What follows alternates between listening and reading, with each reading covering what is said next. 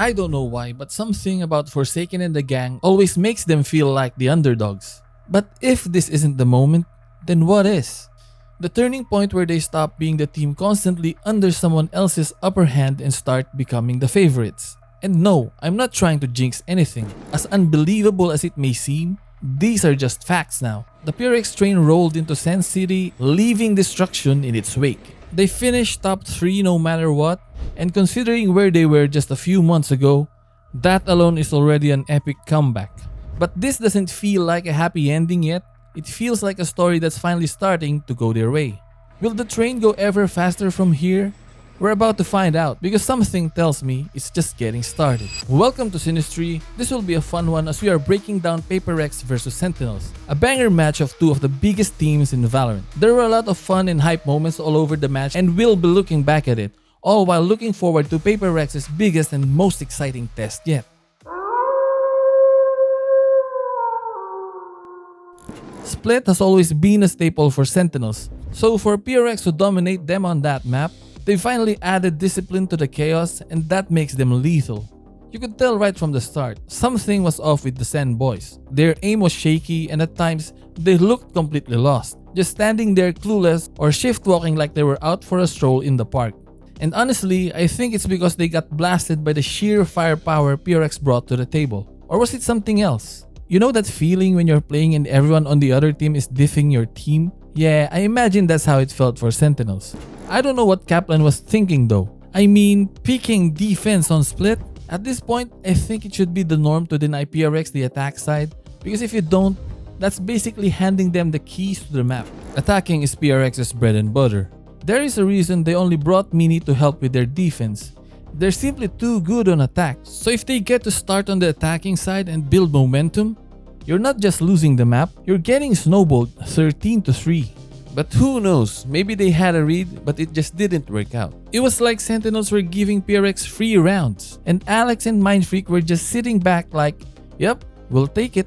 As much of a win as this is, of course we still got the classic PRX throws and Alecks molding. At this point, it's basically PRX Tradition. Bank clutch around and got on his high horse, calling out PRX like, out in the open. What are you doing? well, they're winning and I suggest you focus on doing the same. Things were getting heated, and in round 11, Patmen pulled off yet another clutch. The rate was high up onto the perch. Defensive angle and a swing through. Patmen! Then he hit them with this. Mini said it. He's got the talent. He just needs the belief. Sentinels really love lighting a fire under their opponents, but sometimes it backfires. And also because of all that sequence, we see Alecks doing the LeBron meme. LeBron James. PRX took map 1 in dominant fashion 13-3, but map 2 told a different story. SEN came out swinging with a 4-0 start, but round 5 is where Jing turned it on, starting with a Raze ult so clean that Kaplan had no choice but to salute. That's the kind of entry. What a rocket. It just shows how otherworldly Jing's Raze really is. And look, people always say Razes can't be sneaky. Jing said bet. Mans literally went stealth mode on round 11 and ended the round with a 4K. Must have heard the satchel, but did they expect Jing to be up on top of the box? But that Prowler's not going to tell him anything. And he's going to take that timing and take it well! Including a jumping headshot on Breach. Fortune really does favor the bold, I guess. PRX clawed their way back, closing the half only down 7-5. The second half, PRX kicked off strong. They were ready for Sentinel's 5-man mid push and shut it down. But despite the good start, SEN pulled away with a 10-7 lead. Except every round Sentinels won was because of hero plays here and there. Round 15, Narrate saves the day. Round 16, Celsi said I got this. Round 17, they got a gift thanks to PRX's broken buy. Then round 18 happened. Patmen spams Celsius into the void and follows up by diffing second. It's not just aim, it's Pinoy on Pinoy violence right there. Seriously though, someone give Patmen a feature video already or I would. The man is aim diffing people left and right and clutching huge rounds. Gorgeous to come through from Patmen. Dry peeking second like it's a warm-up server? Bro's an actual menace. Nice one, pre. And you'd think SEN wouldn't have any eco problems after 3 straight round wins, right? Well, not exactly. Every round was a scrape and PRX was able to stop any chance of their eco snowballing. That opened the door and PRX burst through. thanks again to some clean off the barrier plays by Jing, they tied the game. And this time, PRX were the ones pulling away. SEN's attack couldn't get past PRX's sturdy A-site defense, credit definitely going to Mini for that one. And then, round 24. Score 11-12.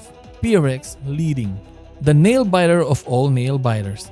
Even with a bad bye, SEN made it close. It came down to JohnQT versus Forsaken and Patmen. John took out Patmen, but Forsaken got the defuse to half. John had just 5 bullets left on his stinger and with pressure rising, had no choice but to swap to the Sheriff. The next few moments were an incredible battle of wits. Forsaken started with a quick jiggle peek, and John responded in kind. But just as John was about to pop a flash, Forsaken instantly strafed to the other side and tossed out a smoke. As John peeked after his flash, he found his path completely blocked by Forsaken's smoke, so he pushed through it, only to realize Forsaken wasn't there. NANI? Turns out, Forsaken had placed the smoke perfectly not over the spike but beside it, which meant John had to step into the smoke then back out again just to get a clear shot. By the time he did, he fired his shots, but he missed. And man, it was as close as it gets. TenZ even did a frame-by-frame breakdown and yeah, Forsaken dodged the bullet by only 1 frame. 1. God damn. I'm not sure if it was XQrate, Forsaken's brother with TenZ and Tariq on the stream, but he pointed out that if John had peeked left instead of pushing through the smoke, he might have had a clean shot on the diffuser way faster. But that's all hindsight now. That moment happened in a flash, and there's a good chance John didn't even see that opening. Still, massive props to Forsaken for the heads-up play. Smoking in front of the spike, that's galaxy brain stuff right there. And the more you look at it, the more this whole situation starts to echo something we've seen before. Here's the wild part. This whole thing is giving Madrid 2024. PRX versus Sentinels, the map, Sunset. The spike planted on A, nearly the exact same situation. Back then, TenZ was able to pull off the clutch, but this time, JohnQT was a microsecond too late. I don't know, I just think it's crazy how history almost repeated itself. Now for the takeaways from the game, there were a ton of fun, hype moments and I've tried to wrap them all up right here in this part of the video. Patmen absolutely diffed Zekken in this matchup. Whatever Zekken was cooking, Patmen had the recipe memorized. It's like he studied Zekken's VOD religiously, like it was his favorite TV show and he didn't skip a single episode. Also, here's a crazy stat. Sentinels actually had 7 first kills to PRX's 9 on split, and even 1 on Sunset 14-10, but PRX still came out on top. This just shows how dangerous PRX are even when they are a man down. Narrate tried to wrap it up in round 16. PRX said, "You're not that guy, pal," and then proceeded to kick Sentinels down to the lower bracket. People might say JohnQT looked scared or indecisive, but I think he's just a calculated player by nature. And when you're wired that way, it's hard to suddenly flip the switch and go full W mode. I guess that's what separates W gaming. They're used to holding W, but now they've learned when to press shift and when to stop moving altogether. I guess it's easier to learn patience than it is to learn chaos. But that's just me. Drop your takes in the comments and I'll be reading. And teams are going to have a harder time containing it because now, no one knows when the 1-1 highlight reel will strike. LeBron James. PRX didn't build up to Gear 5 like Luffy, they started there. But now, they've learned to shift the gears down. And that's what makes them terrifying. And I think that's what really threw off SEN. The way PRX approached both maps was different from their usual. Even Alecks said it himself. We really didn't want to rush them because we knew that they would be like super prepared for it. So we tried to make sure that we slowed everything down for this particular game. Yeah, I think they did a great job. PRX used to be a 1-gear team, always going full throttle. But this time, they slowed things down just enough to mess with Sentinel's timing. PRX is subverting expectations, just like how Game of Thrones blew everyone's mind when it first came out. Chaos is a ladder. And just like that show in its prime, I think it would take a while before teams can figure out how PRX are doing it. Now that the home teams are out of the way, I'm pretty sure PRX will have the crowd fully behind them against Wolves. Or am I wrong? The whole tournament just got flipped on its head.